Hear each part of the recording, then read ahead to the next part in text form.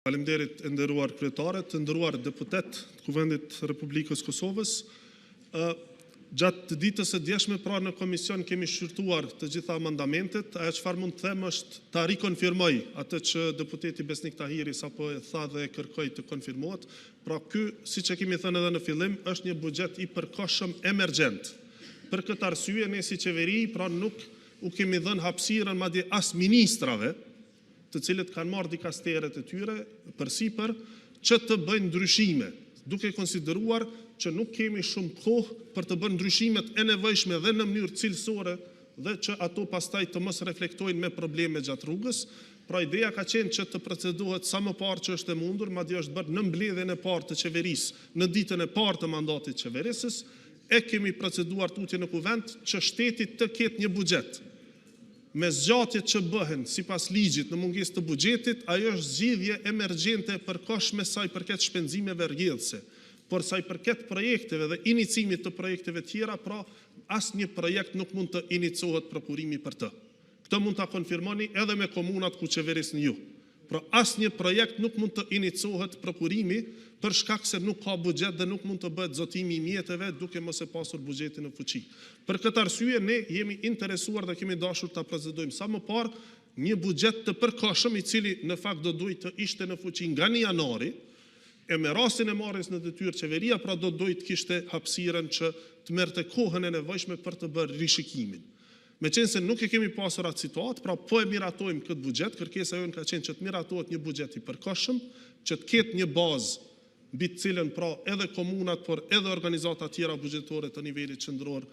të mund të ushtrojnë veprimtarinë e tyre pa problem, ndërkaq prioritetet e qeverisë e madje edhe prioritetet e komunave pra ku ka ndryshimet në strukturën e udhëheqjes të kenë mundësi ti shtojnë apo ti reflektojnë për gjatë rishikimit. Pra kjo ka qenë situata dhe duke u nisur nga kjo kërkesa jonë ka qenë pra që të mos ketë amandamente, me qenë se është buxhet i përkohshëm, të mos ketë amandamente, as më pak amandamente të cilat kanë implikime financiare. Si rezultat i kësaj, gjatë ditës së djeshme pra kanë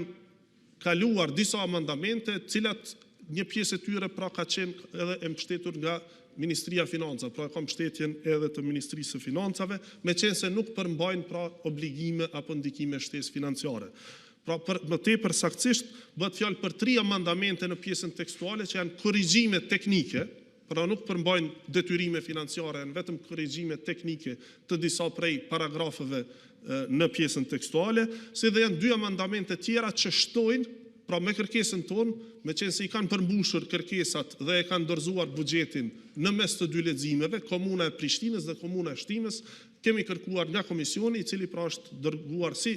amandament i komisionit funksional, që të përfshihen në pjesën tabelare edhe buxhetet e këtyre 2 komunave, dhe me qenë se kufit për këto 2 komuna kanë qenë tashmë të ndarë nga komisioni i granteve qysh vitin e kaluar, pra nuk ka implikime shtesë financiare, vetëm akomodohen linjat buxhetore të miratuara në kuvende komunale sipas kufive tashmë të paracaktuar. Prandaj kërkesa jonë gjithashtu në këtë seancë, pra si Ministri e Financave, është që përpos këtyre amandamenteve që i përmenda, pra që janë kryesisht 3 në pjesën tekstuale korrigjime teknike dhe 2 amandamente për të shtuar në pjesën tabelare buxhetet e komunave të Prishtinës dhe komunës së Shtimës, pra të mos marrin mbështetjen e kuvendit, me qenë se do të kemi së shpejti pra rishikimin. Pa amandamente që ndoshta edhe nuk i përmbushin as kriteret teknike, kanë edhe gabimen to duke mos pasur as burimin e financimit, por ka edhe amandamente të mira, ka edhe aso që janë edhe prioritet i vetë qeverisë. Por siç e thash edhe më herët, me qenë se as ministrat nuk kanë pasur rastin dhe mundësinë që të reflektojnë prioritetet, unë besoj që të gjitha ato amandamente që janë të mira dhe të vlefshme dhe janë në të njëjtën kohë edhe prioritetet të qeverisë, do të gjejnë hapësirën e nevojshme gjatë rishikimit dhe s'do të ketë fare nevojë pra që të bëhen amandamente në të ardhmen, sepse do të jenë të përfshira në ligjin për ndarje buxhetore. Prandaj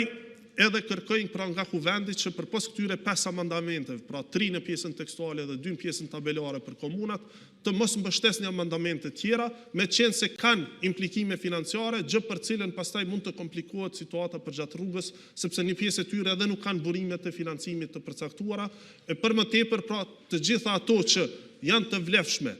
dhe i konsiderojmë që në disa raste edhe kemi pasur pajtueshmëri, pra që të ketë projekte të tilla të mbështeten, besoj që do të gjejnë mbështetje në Ministritë e Linjës momentin kur e sjellin buxhetin e rishikuar me prioritetet e qeverisë të reflektuara në to. Faleminderit.